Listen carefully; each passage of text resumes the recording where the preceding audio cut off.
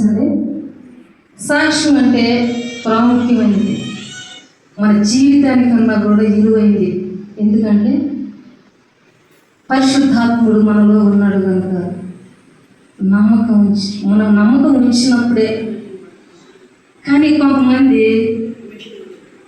కుటుంబంలో బాధలను, సమస్యలను, లేదా ఒక బాధ ఏదైనా కబుక్కన ఆలోచన రాదు ప్రియులారా. కానీ పరిశుద్ధాత్ముడే మనలో ఉండి ప్రేరేపించినప్పుడు, ఆ మనిషికి తొందర పెట్టినప్పుడు విశ్వాసం కలిగి ప్రార్థన చేయించుకోవాలని అప్పుడే మనకి అనుమతి కలిగింది. అనుమతి కలిగినప్పుడు అందుకే యేసుక్రీస్తు ప్రభువారు అన్నాడు శిశువుల్ని అల్ప విశ్వాసులని. అలాంటి అల్ప విశ్వాసులకి అంతవరే కాకుండా విశ్వాసం ఎప్పుడైతే ఆయన మీద ఉంచి ప్రార్థన చేయించుకోవాలని మనం ఏకతి కలిగి ఉంటామో అప్పుడే దేవుడు యువతల మనిషిలో ఉండి కూడా అద్భుత కార్యములు చేయగలుగుతాడు ప్రియులారా.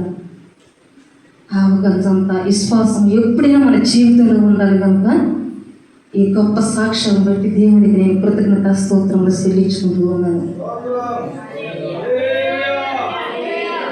ప్రియులారా గమనించండి, మత్తయి సువార్త 27వ అధ్యాయము 62వ వచనం చదువుకుందాం.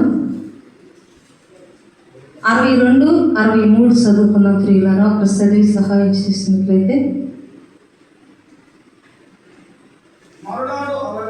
మరునాడు కనుక చిత్తపరచు దినమునకు మరుసటి దినమున ప్రధాన యాజకులను పరిచయులను పిలాతు నొద్దకు కూడి వచ్చి, అయ్యా, ఆ వంశకుడు సజీవుడై ఉండినప్పుడు 3 దినములైన తరువాత నేను లేచిదనని చెప్పినది జ్ఞాపకం ఉన్నది. సరే పిల్లరా, ఈ మాట యేసుక్రీస్తు ప్రభువారు సిలువ ముందుగా ఈ సిలువ వేయబడినప్పుడు ఈ మాట యేసు ఎవరికి చెప్పినది, ఎవరు ఇని జ్ఞాపకం ఉంచుకున్నారో చూద్దాం. మార్కు సువార్త 9:31 చదువుకున్నాం ప్రియులారా.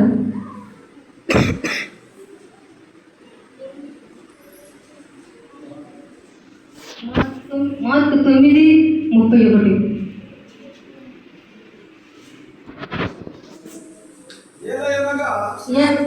గమనించండి, యేసుక్రీస్తు ప్రభువారిని సిలువ వేసిన తర్వాత సమాధిలో ఉంచబడిన తర్వాత యాజకులు, పరిసయ్యులు, శాస్త్రులు మనుష్య కుమారుడు మనుషుల చేతికి అప్పగించబడి చంపబడిన తర్వాత తిరిగి 3వ దినాన్ని లెగుస్తాడు అని చెప్పాడు. అది చెప్పిన మాట మేము విన్నాము అని చెప్పేసి అయ్యా, ఆ వంశకుడు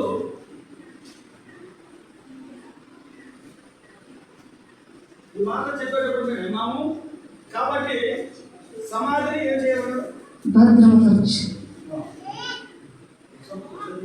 ప్రియులారా, ఎలాగనగా ఆయన తన శిష్యులకు బోధించుచు మనిషి కుమారుడు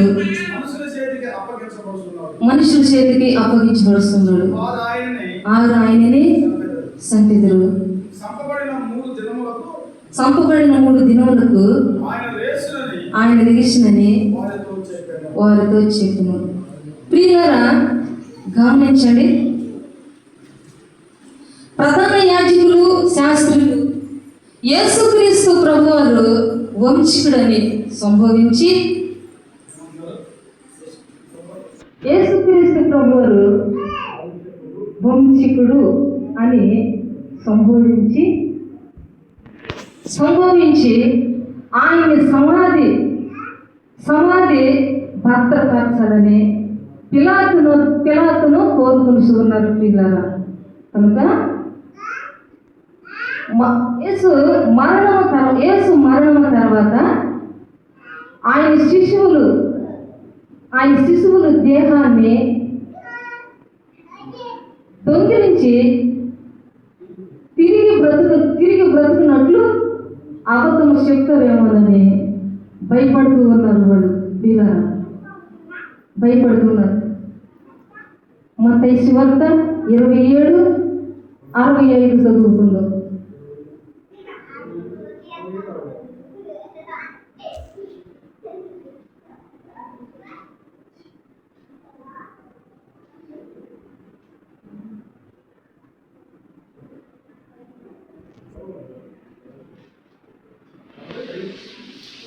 అరవై 65.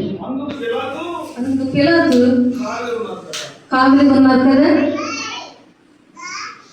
అందుకు పిలాతు కావిలిగా ఉన్నారు కదా, మీరు వెళ్ళి మీ చేతనైనంత వరకు భద్రపరచండి, సమాధిని భద్రపరచమని పిలాతు ప్రధాన యాజకులకు, పరిచయులకు, శాస్త్రులకు చెబుతూ ఉన్నాడు. ప్రియులారా వారు వెళ్ళి కావిలి వారిని కూడా వారితో పాటు ఉంచుకొని ఆ సమాధిని భద్రపరుస్తూ ఉన్నారు. ప్రియులారా పెద్ద రాతిని ఆ సమాధికి వదిలించి వారు భద్రపరుస్తూ ఉన్నారు. కనుక ప్రియులారా భద్రపరుస్తూ ఉన్నారు. ప్రియులారా ఇప్పుడు ఆ బండని తొలగించే అధికారం ఎవరికి ఉన్నది? సొంత ఇంటికి తాళం వేసినప్పుడు ప్రియులారా ఆ గృహ నిర్వాహకుడు వచ్చే ఆ తలుపు తీస్తేనే కదా ఆ తలుపు తీయబడేది. అలాగే వారు ఆ యొక్క సమాధికి ముద్ర వేసి వెళ్ళినప్పుడు వారు కదలకుండా ఉండిద్ది అని వాళ్ళు అక్కడ కావిలి వారిని కూడా ఉంచుకొని ఆ సమాధిని భద్రం చేసుకుని వెళ్ళారు. ప్రియులారా ఒక మాట గమనించండి.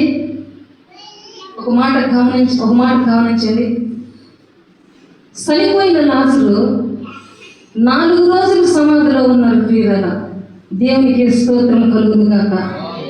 4 రోజులు సమాధిలో ఉన్నప్పుడు యేసుక్రీస్తు ప్రభువారు ఆయన చనిపోయి సమాధిలో ఉన్నాడని తెలిసినప్పుడు ఆయన దుఃఖంతో మూలుగులు అంటే ఆ మాట మరుగ్గా ఉంది. ప్రియులారా మూలగడం అంటే ఏడవటం. ఆ మాట మరుగ్గా బైబిల్ గ్రంథంలో మనకి రాయబడి ఉన్నది. ఆ మాట ఎప్పుడైతే యేసుక్రీస్తు ప్రభువారికి తెలిసిందో, లాజరు చనిపోయి 4 రోజులు సమాధిలో ఉన్నాడని యేసుక్రీస్తు ప్రభువారికి ఆ మాట ఎప్పుడైతే తెలిసిందో బాధపడుతూ ఉన్నాడు. బాధపడి ఏమపడి మూలుగుతూ ఉన్నాడు. ప్రియులారా అప్పుడు అంటున్నాడు ఆయన, లాజరు ఉన్న సమాధి దగ్గరికి నన్ను తీసుకెళ్ళండి అన్నప్పుడు ఆయన ఎంత ప్రేమ వలకపోస్తున్నాడో చూడు. మనమైతే ఈ రోజుల్లో మనిషి చనిపోయాడు అన్నప్పుడు కొంతమందికి భయం వేసిపోరు, కొంతమంది ఏముందని అనుకుంటారు, కొంతమంది మన బంధువులు కాదు కదా మనం పోవటానికి మనకు పనులు ఎన్నో ఉన్నాయి అని సంభవిస్తూ ఉంటారు. ప్రియులారా అది కాక నిప్పు లేనిది పొగరాదు అంటారు, శరద లేనిది వేడుకు రాదు అని అంటారు. అట్నే ప్రియులారా యేసుక్రీస్తు ప్రభువారు అక్కడ యాతన పడుతూ ఉన్నాడు. లాజరుమైన ప్రేమ చూపిస్తూ ఉన్నాడు. సమాధి దగ్గరికి తీసుకొని వెళ్ళమని చెప్పాడు. సమాధి దగ్గరికి వెళ్ళాడు. యేసుక్రీస్తు లాజరు సహోదరులు మరియా మార్త దుఃఖిస్తూ ఉన్నారు. అయ్యా నీవు ఇక్కడ ఉన్నట్లయితే మా సహోదరుడు చచ్చిపోయేవాడు కాదు అని చెప్పి వాళ్ళు అంగలారుస్తూ ఉన్నారు.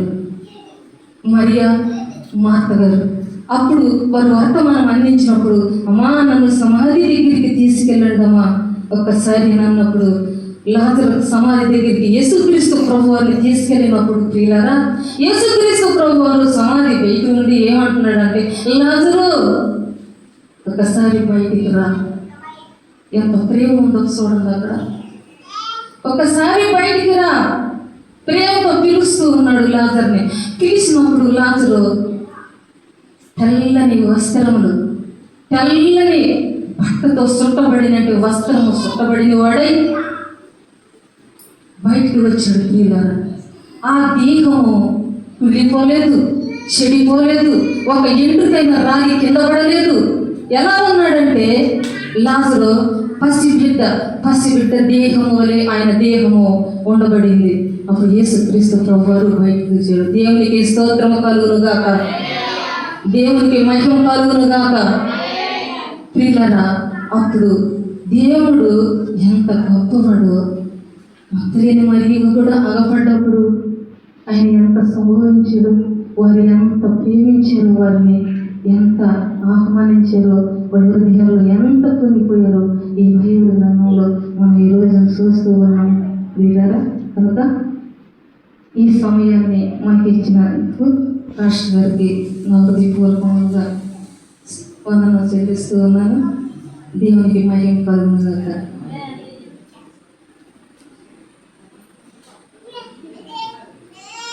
Praise Lord. హల్లెలూయా. ప్రియులారా, గమనించండి. అమ్మగారు చెప్పినటువంటి ఒక మాట ఏంటంటే